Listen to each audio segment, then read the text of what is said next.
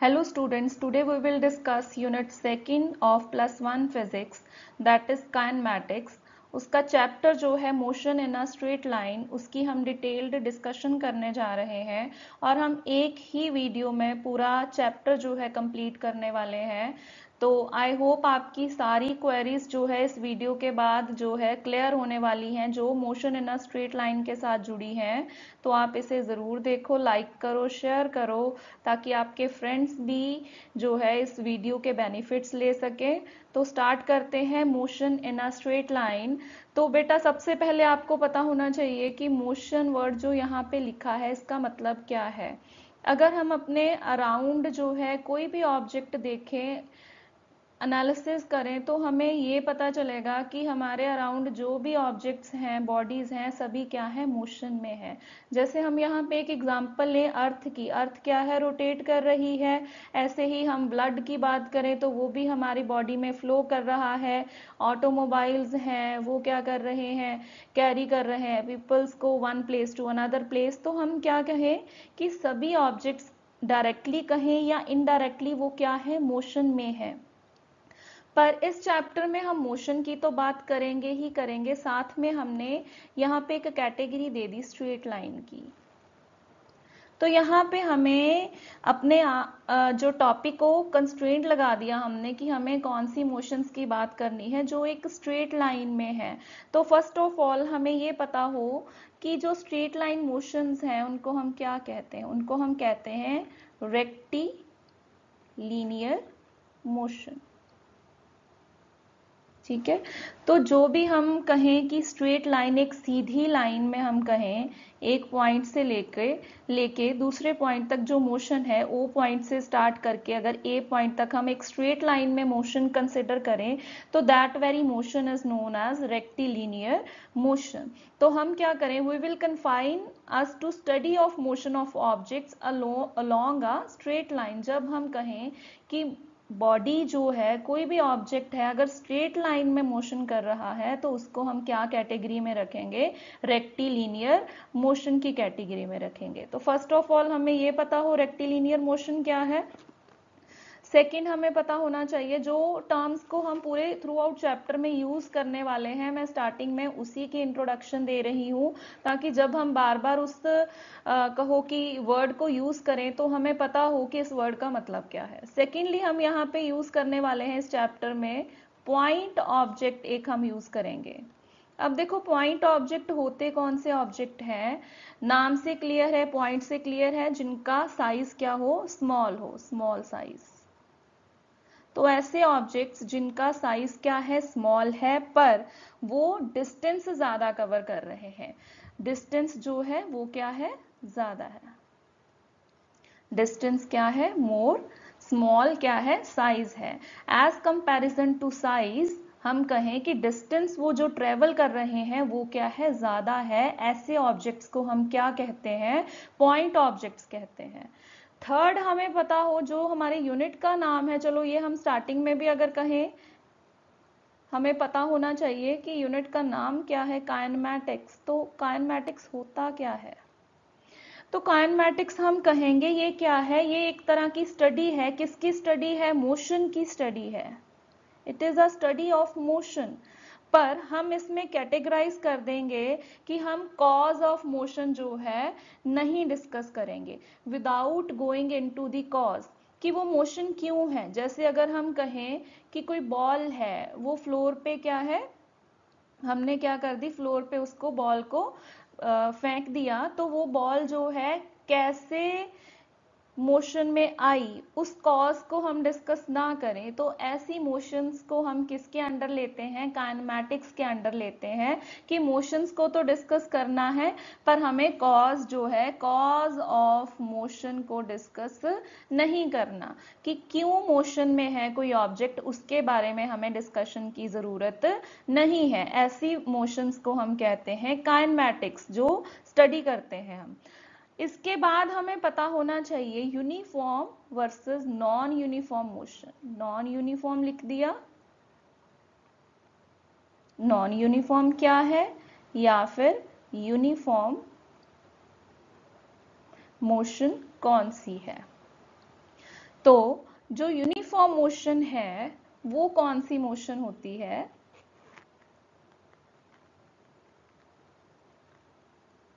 इसे हम लिखे अगर सिंपल लैंग्वेज में तो हम इसे कहेंगे कांस्टेंट मोशन। ऐसी मोशन जो चेंज नहीं हो रही। लेट्स सपोज अगर हम एक एग्जांपल लेके चलें कि कोई कार है, वो किसी कांस्टेंट स्पीड, मतलब उसकी स्पीड हम ज्यादा बढ़ा नहीं रहे, कम नहीं कर रहे, एक कांस्टेंट हमने स्पीड ले ली। सपोज कोई कार थी या कोई बाइक है, वो 20 मीटर पर सेकेंड स्पीड के साथ ट्रेवल कर रहा है। तो वो जो स्पीड है अगर through out the journey constant रहती है तो ऐसी मोशन को हम कहते हैं यूनिफॉर्म मोशन। या हम कहें कि in given interval of time वो जो स्पीड है वो क्या है, कांस्टेंट रहने वाली है, कि डिस्टेंस जितना ट्रेवल किया है वो कांस्टेंट है, तो दैट इज यूनिफॉर्म मोशन। ठीक है, अगर हम यहाँ पे कहें सपोज कोई कार है, उसने जो डिस्टेंस कवर किया, मैं अगर यहाँ पे एक टेबल के थ्रू बताऊं, डिस्टेंस है और टाइम है। ठीक, अगर कोई बॉडी जो है फर्स्ट 5 सेकेंड में 5 मीटर डिस्टेंस ट्रेवल करे, ठीक, अगले 5 सेकेंड मतलब टोटल तो 10 हो गए स्टार्टिंग से, फिर से उसने 5 मीटर ही कवर किया, तो टोटल तो चलो 10 हो गया, पर इनके बीच का डिस्टेंस मतलब अगर हम डिफरेंस लें तो वो 5 का हो गया। ऐसे ही टाइम अगर मैंने आगे का 5 सेकेंड्स लिए, टोटल तो चलो स्टार्टिंग से तो 15 सेकेंड हो गए, पर 5 के डिफरेंस के सेकेंड्स के साथ अगर हम चलें, आगे का डिस्टेंस उसने ले लिया 15 मीटर। तो ऐसे एक क्या है, equal distance in equal interval of time हो जाए तो ऐसी मोशन को हम कौन सी मोशन बोलते हैं, यूनिफॉर्म मोशन। दूसरा हम बोलेंगे नॉन यूनिफॉर्म मोशन। तो नॉन यूनिफॉर्म मोशन कौन सी होती है, जहां पे हम कोई भी कॉन्स्टेंसी नहीं लेके चल रहे, वेरिएबल है, डिस्टेंस भी वेरी कर रहा है, टाइम भी वेरी कर रहा है। जैसे यहाँ पे मैंने डिस्टेंस लिया है 5 लिया है, अब हमारा डिस्टेंस यहाँ पे चलो सपोज 5 था नॉन यूनिफॉर्म में, यहाँ पे मेरा 7 हो गया, यहाँ पे मेरा 10 हो गया, मतलब वेरिएबिलिटी आ रही है, यहाँ पे कोई कॉन्स्टेंसी नहीं जा रही। टाइम भी ऐसे चेंज हो रहा है, सपोज पहले 5 चलो ले लिया, सेकंड में हमारा हो गया 7 सेकंड्स हो गए, थर्ड में हमारा हो गया 10 सेकंड्स हो गए। तो ये एक कांस्टेंट इंटरवल ऑफ टाइम नहीं है और डिस्टेंस भी कांस्टेंट नहीं है। ऐसी मोशन को हम कौन सी मोशन कहते हैं, यूनिफॉर्म मोशन कहते हैं। इसके बाद हमें क्या पता होना चाहिए, एक तो हमें पता होना चाहिए कि फ्रेम ऑफ रेफरेंसेस क्या होते हैं, वो हम टॉपिक स्टार्ट करते हैं उसी में क्लियर करेंगे। तो फर्स्ट हमारा टॉपिक है पोजीशन,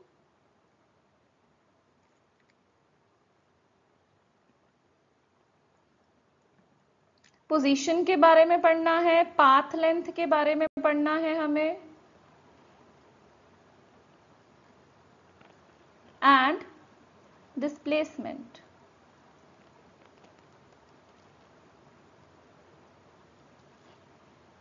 ठीक है, तो इन 3 चीजों के बारे में बेसिकली हमें यहाँ पे स्टडी करना है। तो सबसे पहले हम देखेंगे कि पोजीशन क्या है। किसी भी ऑब्जेक्ट की अगर हमें पोजीशन फाइंड आउट करनी है तो उसके लिए हमें 3 चीजों के बारे में पता होना चाहिए। एक तो हमें पता हो फ्रेम ऑफ रेफरेंस, ये वर्ड्स क्या हैं ये हम देखेंगे। एक तो हमें पता होना चाहिए पोजीशन के बारे में अगर हम जानना चाहें तो फ्रेम ऑफ रेफरेंस क्या है, दूसरा हमें पता होना चाहिए रेफरेंस पॉइंट क्या है, थर्ड हमें पता होना चाहिए कोऑर्डिनेट सिस्टम कौन सा है, कोऑर्डिनेट सिस्टम। तो अब देखो कोऑर्डिनेट सिस्टम कौन सा क्या है। देखो कोई भी बॉडी है, अगर हम पहले बात करें वन डायमेंशनल मोशन की, वन डायमेंशनल मोशन, कोई ऑब्जेक्ट स्टार्ट हुआ ओ पॉइंट से, स्ट्रेट लाइन में गया, ओ से स्टार्ट होके ए पॉइंट तक चला गया, ठीक है।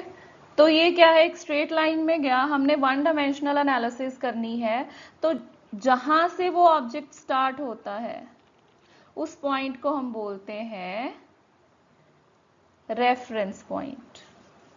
ठीक, अब कोऑर्डिनेट सिस्टम कौन सा है, यहाँ पे हमने वन डायमेंशनल कोऑर्डिनेट सिस्टम लिया है, एक ही एक्सिस ली है, एक्स है चाहे वाई है चाहे जेड है, पर हमने एक ही एक्सिस के अलोंग लिया है क्योंकि वन डायमेंशनल है, वो हमारा क्या हो गया, कोऑर्डिनेट सिस्टम हो गया। फ्रेम ऑफ रेफरेंस क्या है, जिसके आप विद रिस्पेक्ट टू पोजीशन बता रहे हो। सपोज ए पॉइंट पर कोई भी ऑब्जेक्ट पहुंचा तो उसने डिस्टेंस कवर किया यहाँ पे 15 सेंटीमीटर।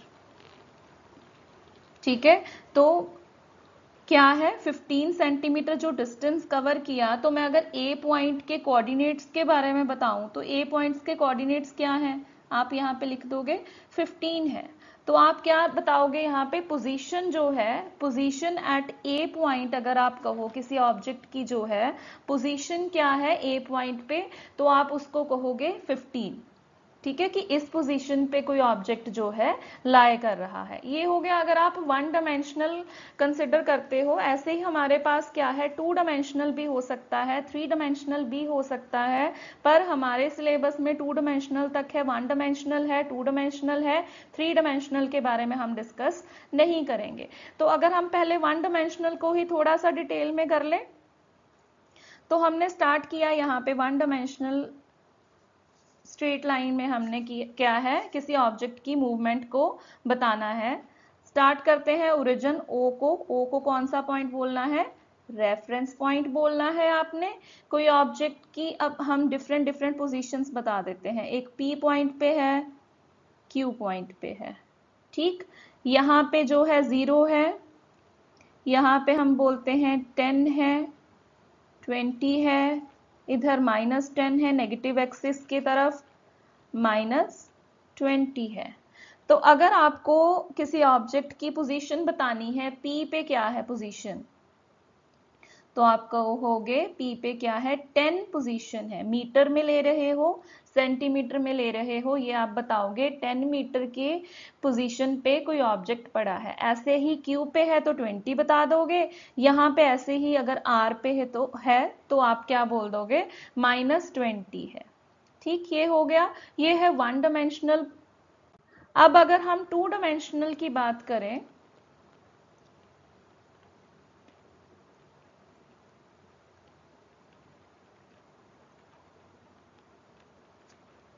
तो टू डायमेंशनल में क्या है, आपको दो एक्सिस की जरूरत है। कोऑर्डिनेट सिस्टम में दो कोऑर्डिनेट्स चाहिए आपको किसी भी ऑब्जेक्ट की पोजीशन बताने के लिए। ये ओ क्या है, ओरिजिन है, जिसे हम क्या बोलते हैं, रेफरेंस पॉइंट बोलते हैं। तो कोई भी ऑब्जेक्ट अगर आपने टू डायमेंशनल में बताना है तो आपको दो कोऑर्डिनेट्स जो है रिक्वायर्ड है। सपोज आपका कोई पार्टिकल है, वो कौन सी पोजीशन पे है, हम यहाँ पे लिख दें पी ऑब्जेक्ट है, वो 10-20 पोजीशन पे है। तो इसका मतलब क्या है, तो आइए जाने, जो यहाँ पे 10 या 20 है वो क्या है। हम किसी भी पार्टिकल की जब पोजीशन बताते हैं, मैंने कहा कि दो कोऑर्डिनेट्स की जरूरत है, तो वो कौन से दो कोऑर्डिनेट्स हैं, एक्स एंड वाई। तो पहला जो मैंने 10 लिखा है वो किसको रिप्रेजेंट कर रहा है, एक्स के डिस्टेंस को। तो जो मैंने 20 लिखा है वो किसको रिप्रेजेंट कर रहा है, वाई के डिस्टेंस को। ठीक, अब हम बताएं कि एक्स का डिस्टेंस कितना है हमारे पास, 10 है। तो यहाँ पे अगर हम थोड़ा सा इसे और डिटेल में लिखे, तो मैंने यहाँ पे थोड़ा मेंशन कर दिया ग्राफिकली तरीके से, 5, 10 आगे मैंने डिस्टेंसेस ले लिए। तो x की क्या पोजीशन है, 10 यहाँ से, और y की हमने कितनी ली है, यहाँ पे 20 है। तो थोड़ा सा ऊपर लेके जाएंगे, 20 करेंगे हम, यहाँ पे 15 है, यहाँ पे 20 होने वाला है। तो ये वाला पॉइंट, तो यहां से आपके पास क्या आएगा,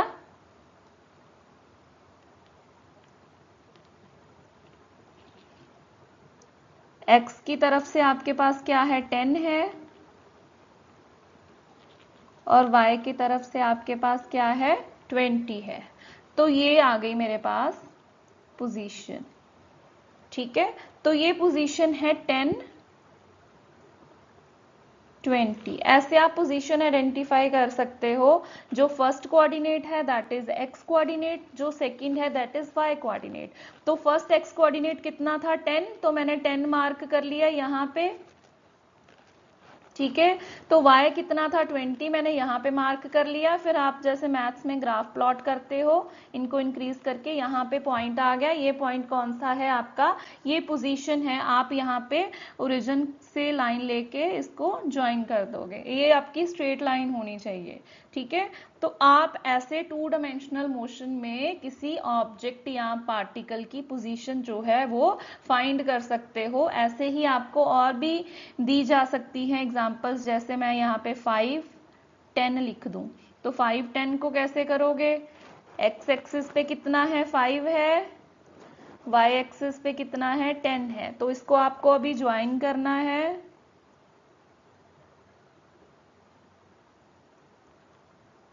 तो यहाँ पे पॉइंट आने वाला है, तो ये लाइन कहाँ पे हो जाएगी, ये मैंने Q ले लिया सपोज। ठीक है, ये मैं क्या ले रही हूँ, Q ले रही हूँ अगर।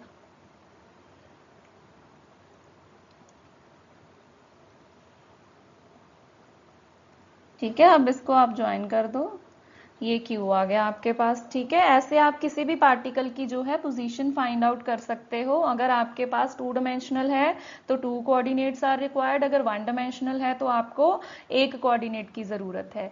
ये हो गया। आगे इसके बाद आपको पता होना चाहिए पाथ लेंथ क्या है।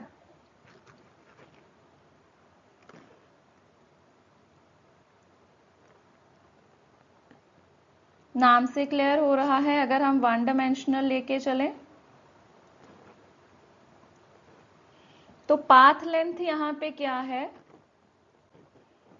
सपोज ये मैंने लिया है 15 मीटर।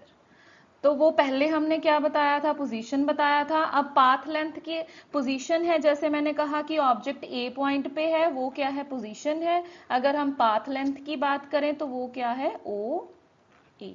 ओ ए क्या है यहाँ पे, पाथ लेंथ है, और ए क्या है यहाँ पे, पोजीशन है।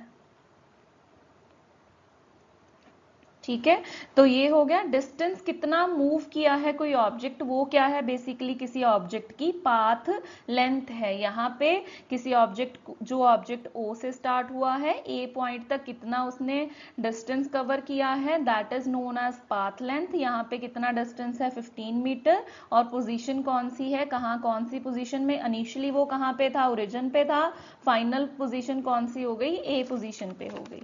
तो ये हो गया हमारे पास पाथ लेंथ के बारे में। इसके बाद हमें पता होना चाहिए डिस्टेंस और डिस्प्लेसमेंट। वर्ड्स हम 2 यूज करेंगे यहाँ पे, एक तो है डिस्टेंस वर्सेस डिस्प्लेसमेंट। ये दोनों में बहुत माइनर सा फर्क है, वो हम समझने वाले हैं कि दोनों में क्या फर्क होने वाला है। तो जो डिस्टेंस वर्ड है, बेसिकली डिस्टेंस हमें पता भी है, लेमन लैंग्वेज में भी पता है कि टोटल कितनी कोई ऑब्जेक्ट मूवमेंट करेगा, तो उस ऑब्जेक्ट ने कितनी मूवमेंट टोटल की, वो सारी हमें कंसिडर करनी है। Total movement, total movement of any object. ठीक, तो कोई भी ऑब्जेक्ट कितना टोटल मूव करा है, कहाँ से स्टार्ट होके, जैसे मैं सपोज करूं कि हम यहाँ पे ओ पोजीशन से स्टार्ट हुए, ए पर गए, ए से फिर हम गए बी पर, बी से फिर हम गए ओ पे। ठीक, ओ से ए, ठीक है, फिर पहले हम ओ से स्टार्ट करें, सपोज ऐसे लिख लें, ओ से स्टार्ट किया, ए तक पहुंचे, ए से हम गए बी तक, बी से फिर गए ओ तक। तो हम यहाँ पे थोड़े से डिस्टेंसेस भी लिख लेते हैं। रफ लिख रही हूँ, ये एग्जैक्ट नहीं है डिस्टेंसेस, मैं सिर्फ रफली यहाँ पे डिस्टेंसेस लिख के आपको समझाना चाह रही हूँ। तो ये अप्रोक्सीमेट मैंने डिस्टेंसेस लिख दिए। ठीक, अब अगर मुझे total through out the motion पूरा कितना डिस्टेंस कवर किया गया है वो फाइंड आउट करना है, तो डिस्टेंस क्या आएगा आपके पास? आप करोगे OA plus AB plus BO, वो आपका डिस्टेंस होगा। तो आप इन तीनों को क्या कर दोगे, ऐड कर दोगे, 5 प्लस 10 प्लस 15, तो जो आपका आंसर आने वाला है वो क्या है, आपका टोटल डिस्टेंस होने वाला है। ये तो हो गया डिस्टेंस।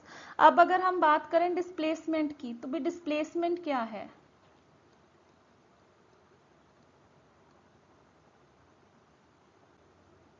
डिस्प्लेसमेंट और डिस्टेंस में सिर्फ एक ही मेजर डिफरेंस है, जो डिस्टेंस है उसमें हम डायरेक्शन को कंसिडर नहीं करते। कोई भी डायरेक्शन है हम पूरा डिस्टेंस ही कैलकुलेट करेंगे, ना कोई माइनस में हम नहीं लेके चलेंगे कुछ भी चीज। तो डायरेक्शन हम नहीं कंसिडर करते जब हम किसकी बात करेंगे, डिस्टेंस की बात करेंगे। पर जब हम डिस्प्लेसमेंट की बात करें तो ये एक वेक्टर क्वांटिटी है। वेक्टर क्वांटिटी कौन सी होती है, जिसमें हम मैग्नीट्यूड भी लेते हैं और जो किसी भी ऑब्जेक्ट की डायरेक्शन भी ले, ऐसी क्वांटिटीज को हम वेक्टर क्वांटिटीज बोलते हैं। तो जो डिस्टेंस है वो कौन सी क्वांटिटी है, स्केलर क्वांटिटी है। इसमें हम क्या लेंगे, सिर्फ और सिर्फ किसी भी ऑब्जेक्ट ने जो है मैग्नीट्यूड कितना कवर किया वो, और इसमें हमने मैग्नीट्यूड भी लेना है प्लस यहाँ पे हम डायरेक्शन की भी बात करेंगे। ठीक है, तो अब इसी एग्जांपल में अगर हम बात करें कि डायरेक्शन को कंसिडर किया तो डिस्प्लेसमेंट क्या हुई, ये भी हमारे पास अगर हम कहें कि डिस्टेंस की तरह ही हम इसे भी ट्रीट करेंगे। पर जब डिस्प्लेसमेंट की आपको बात करनी है तो डिस्प्लेसमेंट में आपको क्या करना है, फाइनल और इनिशियल जो पोजीशंस हैं उसके ऊपर आपको ज्यादा जोर देना है। अब देखो फाइनल और इनिशियल पोजीशंस कौन सी होती हैं। सबसे पहले मैं यहां पे अगर कहूं इनिशियल पोजीशन, तो इनिशियल पोजीशन कौन सी है, जहां से कोई ऑब्जेक्ट स्टार्ट करेगा। जैसे यहां पे कौन सा है, O point is a initial position. ठीक, कौन सा पॉइंट है, O पॉइंट। और फाइनल कौन सा होगा, जहां पे कोई ऑब्जेक्ट फाइनली स्टॉप कर जाए। इसमें कौन सा फाइनल है, फाइनल भी कौन सा है, O है। बात समझ में आ रही है कि हम इनिशियल कहां से कहेंगे, जहां से किसी ऑब्जेक्ट ने स्टार्ट किया, फाइनल जहां पे कोई ऑब्जेक्ट जाके रुका, that is known as final position. अब जो डिस्प्लेसमेंट है, डिस्प्लेसमेंट हमें कहती है कि आप पूरी डिस्टेंस के बारे में ना इन्वॉल्व करो, डिस्टेंस पूरा नहीं, हमें टोटल मूवमेंट के बारे में नहीं कुछ भी चाहिए। हमें क्या करना है, सिर्फ और सिर्फ फाइनल पोजीशन में से इनिशियल पोजीशन को क्या करना है, माइनस करना है। ठीक है, फाइनल पोजीशन में से क्या करना है, इनिशियल पोजीशन को माइनस कर देना है, उसको हम बोलते हैं डिस्प्लेसमेंट। ठीक, अब अगर हम लिखें इसे कैसे डिनोट करते हैं, फाइनल पोजीशन को हम करते हैं XF के साथ और इनिशियल पोजीशन को हम डिनोट करते हैं XI के साथ। ठीक, तो डिस्प्लेसमेंट क्या हो गई हमारे पास, डिस्प्लेसमेंट को अगर हम यहाँ पे D के साथ लिखें तो ये हमारे पास क्या हो गई, XF माइनस XI। तो अब अगर हम इसी एग्जाम्पल को लेके चलें तो इस एग्जाम्पल से हमें क्या क्लियर हो रहा है कि डिस्प्लेसमेंट क्या होने वाली है, जीरो होने वाली है। क्यों जीरो होने वाली है, क्योंकि फाइनल पोजीशन और इनिशियल पोजीशंस दोनों क्या है, O पे है। तो फाइनल पोजीशन भी जीरो पे है, ओरिजिन पे है, इनिशियल पोजीशन भी घूम के वो ऑब्जेक्ट कहाँ पे आ गया, जीरो पे आ गया, ओरिजिन पे आ गया। तो इसका मतलब कि डिस्प्लेसमेंट जीरो है, पर डिस्टेंस कितना कवर हो गया, डिस्टेंस तो हम इन तीनों को ऐड करेंगे, 5, 10, 15 जितना भी बना वो यहाँ पे डिस्टेंस हो गया। ठीक है, तो इट मीन्स डिस्टेंस और डिस्प्लेसमेंट दोनों में थोड़ा जो माइनर डिफरेंस है, माइनर नहीं कहें, ये मेजर ही डिफरेंस है, यही एक डिफरेंस है। माइनर सी चीजें तो ये है कि हम चलो वर्ड डिस्टेंस से भी हमारा वही मतलब है कि हम कोई भी पार्टिकल जो है मूवमेंट कर रहा है उसके बारे में बता रहे हैं। सेम से एक्स एक्स के साथ हम दोनों को डिनोट करते हैं, दोनों के यूनिट सेम है। जो सिमिलैरिटीज क्या है, यूनिट क्या है, दोनों के यूनिट्स क्या है, मीटर सेंटीमीटर्स। तो ये सारे क्या है यूनिट्स, हम एसआई या सीजीएस में अगर मेजर करें तो यूनिट सेम होते हैं। डिस्टेंस क्या है, कौन सी क्वांटिटी है, स्केलर क्वांटिटी है, वहां पे आप मैग्नीट्यूड पे एम्फेसाइज करोगे। डिस्प्लेसमेंट पे आप किस पे एम्फेसाइज करोगे, डायरेक्शन पे। आपको क्या पता होना चाहिए, डायरेक्शन के बारे में पता होना चाहिए। तो डिस्प्लेसमेंट जब भी लिखोगे, वेक्टर क्वांटिटी है तो इसके ऊपर आप ऐसे वेक्टर्स भी लगाओगे। ठीक है, जब आप डिस्प्लेसमेंट लिखोगे तो उनके ऊपर ये वेक्टर्स जो लगाए हैं, इसका मतलब क्या है कि आप वेक्टर क्वांटिटी की बात कर रहे हो।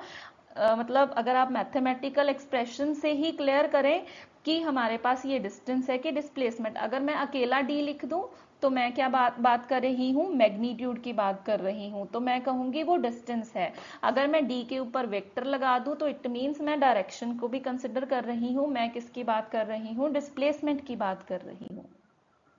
नेक्स्ट हमें पता होना चाहिए, ये तो हो गया हमारा डिस्टेंस और डिस्प्लेसमेंट के बीच का डिफरेंस क्या है। अब अगर हम करें कि हमारे पास पोजीशन टाइम ग्राफ्स की बात करें, क्योंकि अभी हमें पोजीशन के बारे में पूरा पता चल चुका है कि पोजीशन क्या है। अब पोजीशन अगर टाइम के साथ वेरी कर रही है तो वो क्या है, वो हमारे पास क्या होती है, वेलोसिटी ही होती है एक अगर हम यहाँ पे लें स्टार्टिंग में जब हम पोजीशन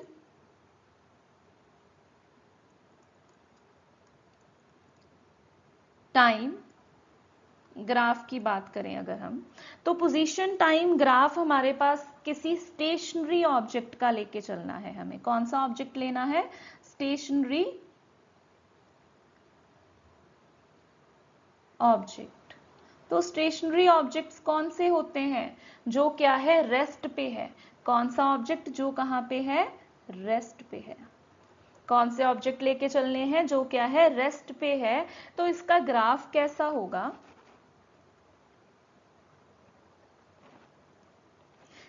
ये हो गया आपका रेफरेंस पॉइंट। इस डायरेक्शन में हम क्या लेके चलेंगे, टाइम इन सेकंड्स में मेजर करेंगे, और इस डायरेक्शन में हम क्या लेके चलेंगे, पोजीशन लेके चलेंगे एक्स, इसे हम मीटर या सेंटीमीटर में मेजर करने वाले हैं। अब देखो अगर कोई ऑब्जेक्ट क्या है, रेस्ट पे है, तो रेस्ट का मतलब तो ये हुआ कि उसकी पोजीशन जो है चेंज नहीं हो रही। अगर मैं यहाँ पे एक टेबल बना के इसे एक्सप्लेन करूं कि कोई पार्टिकल है, उसकी पोजीशन वर्सेस टाइम मैं यहाँ पे ले रही हूँ। जब टाइम था 0 सेकेंड, मतलब अभी हमने मोशन स्टार्ट नहीं की, तो पोजीशन थी पार्टिकल की 5 मीटर। जब टाइम हो गया 5 सेकेंड तो पोजीशन फिर भी 5 थी। टाइम हो गया 10 सेकेंड, पोजीशन फिर भी 5 थी, मतलब पोजीशन जो है वो चेंज नहीं हो रही। तो आप कैसे करोगे इसको, यहाँ पे आप लिख दो 5, 10, 15, 20 सो ऑन, आपने यहाँ पे लिख दिया। यहाँ पे भी मैंने 5, 10, 20, 25 ये चलता रहा, 15 लिख लो यहाँ पे, 15, 20 सो ऑन। अब देखो पोजीशन कितनी है, 5। जब टाइम कितना था 0, तो पोजीशन कितनी है 5।